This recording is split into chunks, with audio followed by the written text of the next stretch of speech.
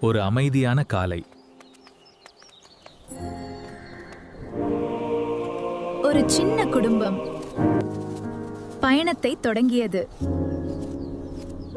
அன்பும் சிரிப்பும் நிறைந்த அந்த பயணம். ஒவ்வொரு அடியிலும் ஒரு சந்தோஷம். பச்சை வயல்களின் நடுவே இயற்கையோடு இணைந்து காற்றை தொட்டபடி குழந்தைகள் சிரித்தார்கள். ஒரு பெரிய ஆலமரம் அவர்களை வரவேற்றது. அந்த நிழலில் குழந்தைகள் விளையாட. பெற்றோர் அந்த தருணத்தை ரசித்தார்கள்.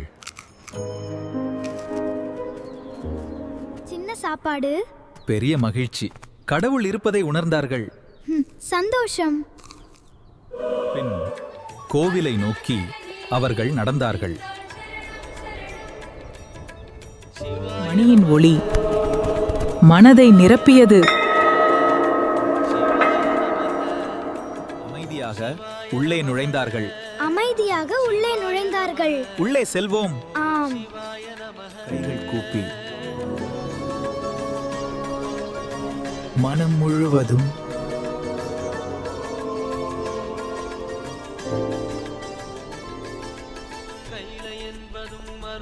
இயற்கை, குடும்பம், பக்தி இவையே வாழ்க்கையின் உண்மையான சந்தோஷம்.